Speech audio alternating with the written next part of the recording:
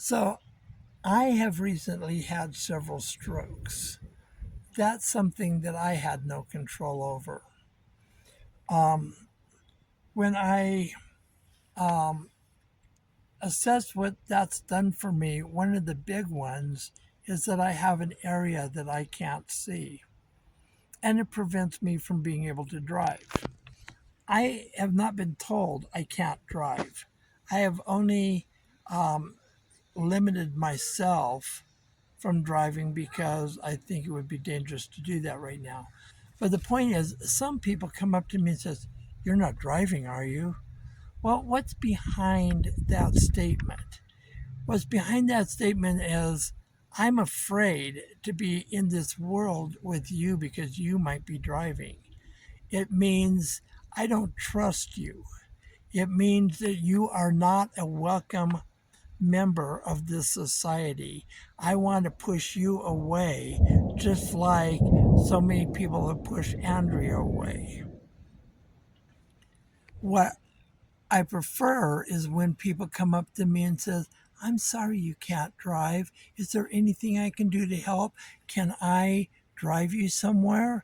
Can I make you a welcome part of this society even though you can't drive?" That's what I would prefer to hear. Since you are on this channel, I can presume that either you or somebody you know may have limitations. But I want you to know that we all have limitations. Whether you're a star athlete, whether you're the quarterback of a football team, whether you're a gold medal winner in the Olympics, um, or whether you're in a wheelchair and you're bound to that wheelchair and you can't move, you still have value. And the world wants you to believe that you don't have value. We all have limitations, but we all have value. Understanding that puts us all into one category. We are all in some way normal, and we all have limitations. Some limitations are more obvious than others, but we all have them. Some might not be able to run as fast as others, just like my soccer player couldn't. But he was a valuable member of the team.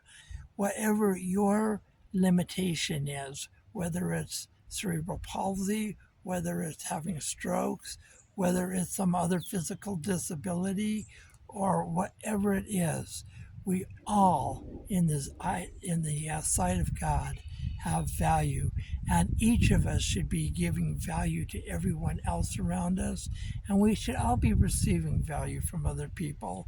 And in this world, sometimes that's hard to find. So the question is, how do we thrive with those limitations? How can we be a productive member of this society when we have limitations?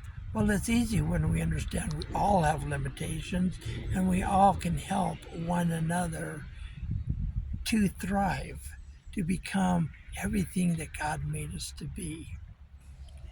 First, I believe we must focus on what we can do, not on what we can't. Consider a passage from the Bible, Philippians 4:8.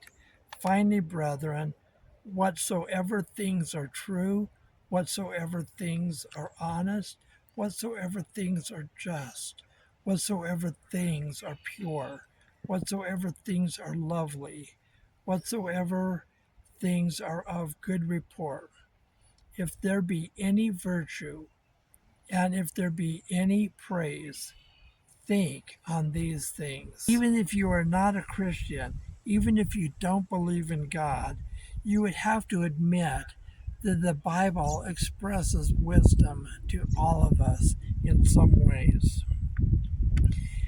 It says, think on these things. Well, think on what things? Well, one, think on the truth. The world would have you believe that you are of no value. because of your limitation. God says you have value because you are created in my image and I created you. So we all have value. So it is really easy to dwell on the bad, on the things that we can't do. But perhaps, and I would suggest, we focus on the things that we can do. We focus on the good, the pure, the lovely. And if we do that, then we can see ourselves as a valuable human being. Dwell on the things that are pure, not on the corrupt world that's around us. It's easy looking around to see all the corruptness that's going on in the world around us. But it's also easy if we look to see the pure things that are around us. It's really easy to see the corrupt world around us, the wars going on, people stealing, but we can also see all the pure things in this world, the love that is being shown from other people. But we have to look for that. That's all we have to do is we have to look, and God will show us the lovely things of life. When I look for the lovely things, I see things like, okay, even though I can't go camping right now because I can't set up with my camper, I have a friend that doesn't camp and he wants to go with me camping just so that he can help me set up my camper. Um, all I have to do is make it a little bit easier to level the camper, and I can do that.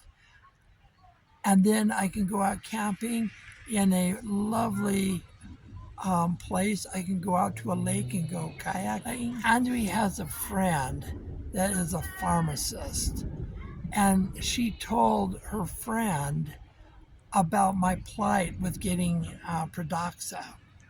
This friend went to the store and bought a whole month's worth of Pradaxa for me. People, that's over $200, and I've only met this person like 2 or 3 times in my life, and yet she's reaching out and giving me that thing that I need so that I don't have another stroke. Uh, that's the kind of thing that we have to look for. And when we're afflicted with some kind of limitation, we don't have to look at what we can't do, whereas we can look at what we can do and how we can help others, and then all of us can thrive. Again, I can look at all the evil around me, but I can also look at all the good around me. If I look at all the good and I become a part of that good, then I can excel and I can flourish, even in the midst of my limitations, which are many.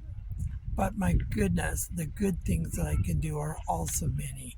So I focus on them and not on the limitations, and then I can flourish in this life.